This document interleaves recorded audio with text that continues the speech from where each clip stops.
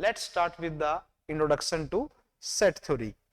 तो सबसे पहले हम सेट को डिफाइन करेंगे और फिर आगे बढ़ेंगे। ये डेफिनेशन है, आप देख लीजिए, एक बार इसको रीड करो। इसमें कुछ कीवर्ड यूज किए गए हैं, हम उन कीवर्ड को डिफाइन करेंगे और हमें सेट की डेफिनेशन क्लियर हो जाएगी। तो सबसे पहले क्या है, set is an mathematical structure. तो ये कीवर्ड आया। तो ऑलमोस्ट सबको पता है मैथमेटिकल स्ट्रक्चर क्या होता है। जिन बच्चों को मैथमेटिकल स्ट्रक्चर का नहीं पता उनके लिए सेपरेट वीडियो मैंने बनाया है, मैं उसका लिंक डिस्क्रिप्शन में मेंशन कर दूंगा, आप जाके देखिए और फिर वापस आइए। और आप स्किप भी कर सकते हो क्योंकि गेट में कोई ऐसा क्वेश्चन तो आने वाला नहीं है, ठीक है। तो फिर भी जब वापस आओगे आप देखोगे कि मैथमेटिकल स्ट्रक्चर क्या होते हैं, अब्स्ट्रैक्ट स्ट्रक्चर होते हैं। दो टाइप के स्ट्रक्चर होते हैं, एक अब्स्ट्रैक्ट और दूसरा आपका फिजिकल, ठीक है। तो जो सेट है ना आपका, वो क्या है, आपका अब्स्ट्रैक्ट स्ट्रक्चर होगा, क्योंकि मैथमेटिकल स्ट्रक्चर जितने भी हैं वो सबके सब क्या हैं, अब्स्ट्रैक्ट स्ट्रक्चर होते हैं, which can be defined as well defined unordered collection of distinct objects। तो यहां पे एक वर्ड आया है, वर्ड कौन सा है, कलेक्शन। कुछ बच्चे जो हैं बड़े कंफ्यूज रहते हैं कलेक्शन और सेट को लेके। उनका मानना यह है कि कलेक्शन और सेट सेम थिंग है, सिनोनियम है। ऐसा नहीं है। वो कलेक्शन सेट बनेगा जो कुछ कंडीशन सेटिस्फाई करेगा। वो कंडीशन क्या है, उसको वेल डिफाइन होना पड़ेगा। क्या होना पड़ेगा उसको, वेल डिफाइन। और कुछ एक्स्ट्रा भी देखो, अनऑर्डर्ड डिस्टिंक्ट ऑब्जेक्ट्स, तब जाके वो क्या बनेगा, सेट बनेगा। जैसे आपने ऑब्जेक्ट को कलेक्ट कर लिया, वो बन गया कलेक्शन। अब ये सेट है या नहीं है, ये हम देखेंगे कि वो वेल डिफाइन है या नहीं है, ये रूल फॉलो किए गए हैं कि नहीं किए गए हैं, तब जाके हम बोलेंगे हाँ ये सेट है या नहीं है, ठीक है। अब कुछ टर्म को मैं उठाऊंगा और वन बाय वन आपको समझाऊंगा। तो पहले क्या आपका अनऑर्डर्ड। जब भी हम सेट बनाते हैं तो सेट बनाते हुए जो मैं एलिमेंट को कलेक्ट किया है उनका ऑर्डर मैटर नहीं करेगा, कलेक्ट करने का ऑर्डर मैटर नहीं करता है। जैसे मैंने बोला कि चलो आप क्लास 10th के टीचर्स कौन कौन आपको टीच करते थे, उनके नेम बताओ। तो आपने बताया अरे सर हमें रमेश सर पढ़ाते थे, रमेश, सतीश, विनोद। और आपके ही बैचमेट से मैंने पूछा आपके 10th क्लास के टीचर कौन कौन थे, तो उन्होंने पहले बोला सतीश, विनोद, रमेश। अब देखिए दोनों बच्चों ने क्या किया है, ऑब्जेक्ट तो वही है लेकिन उनका ऑर्डर अलग अलग रखा गया है, ठीक है। तो मैं क्या कहूंगा, दोनों क्या है, सेम सेट को ही रिप्रेजेंट कर रहे हैं, दोनों ही सेम सेट बना रहे हैं, क्योंकि सेट बनाते हुए ऑर्डर मैटर नहीं करेगा।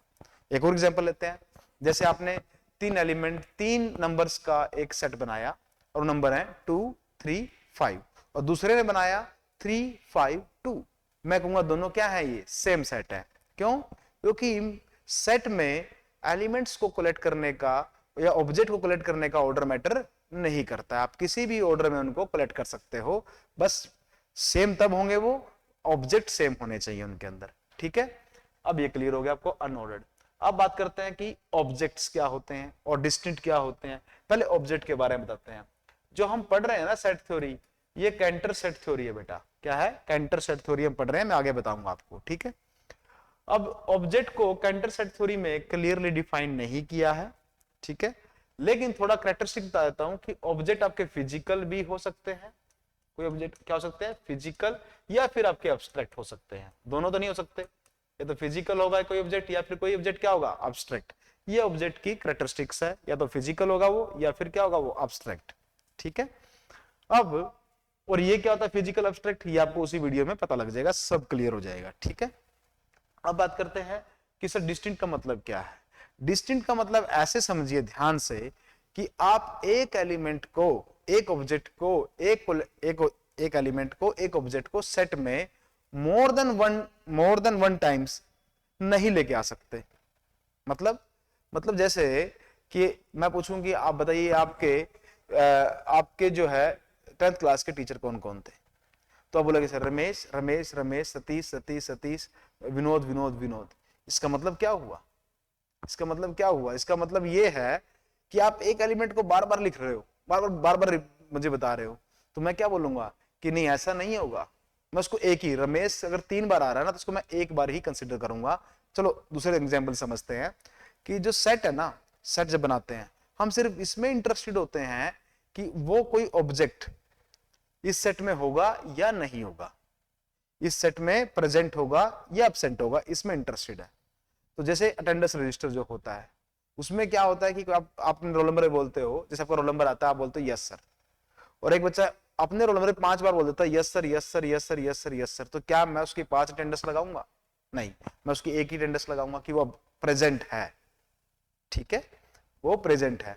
तो वो कितनी बार बोल रहा है वो मैटर नहीं करेगा, बस वो क्या है कि वो है या नहीं है।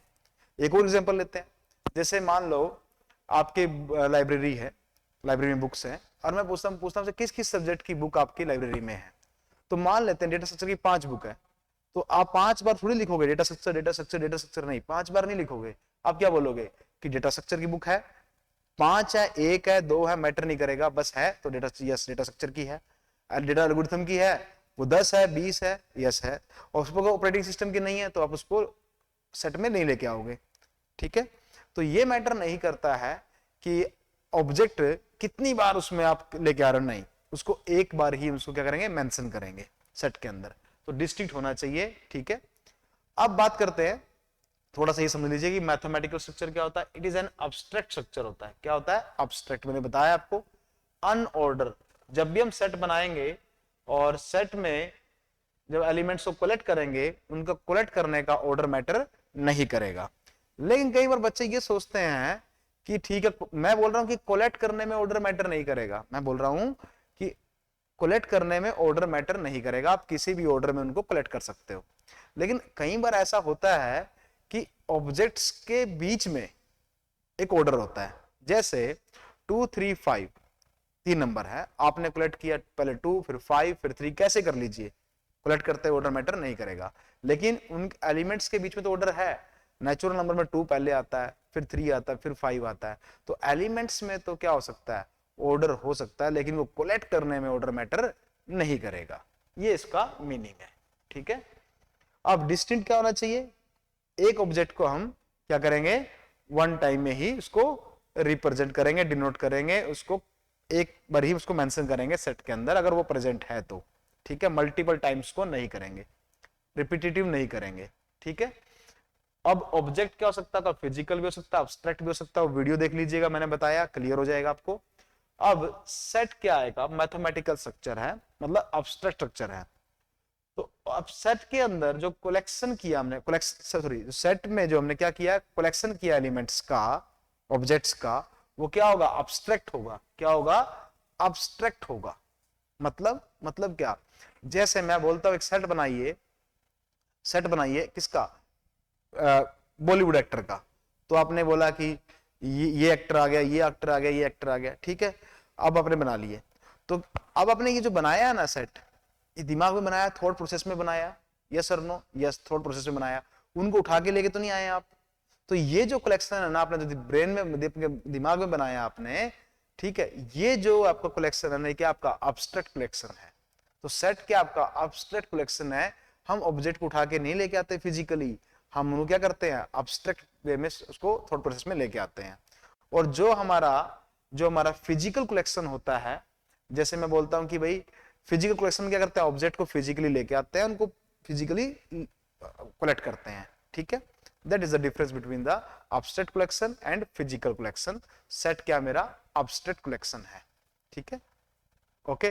तो अब वेल डिफाइन बचा हुआ, वेल डिफाइन क्या है, तो मैं नेक्स्ट वीडियो में आपको बताऊंगा कि वेल डिफाइन क्या होता है। ठीक है, कुछ भी डाउट है तो डिस्कशन से नहीं जाएगा, वो तो डिस्कशन से जाएगा। तो जो बच्चा मुझसे डिस्कशन करना चाह रहा है वो मुझे कमेंट सेक्शन में बता सकता है, मैं उसको डिस्कशन भी करूंगा और उसके लिए स्लॉट भी बुक कर लूंगा, जो आपका हम लाइव डिस्कशन भी कर सकते हैं।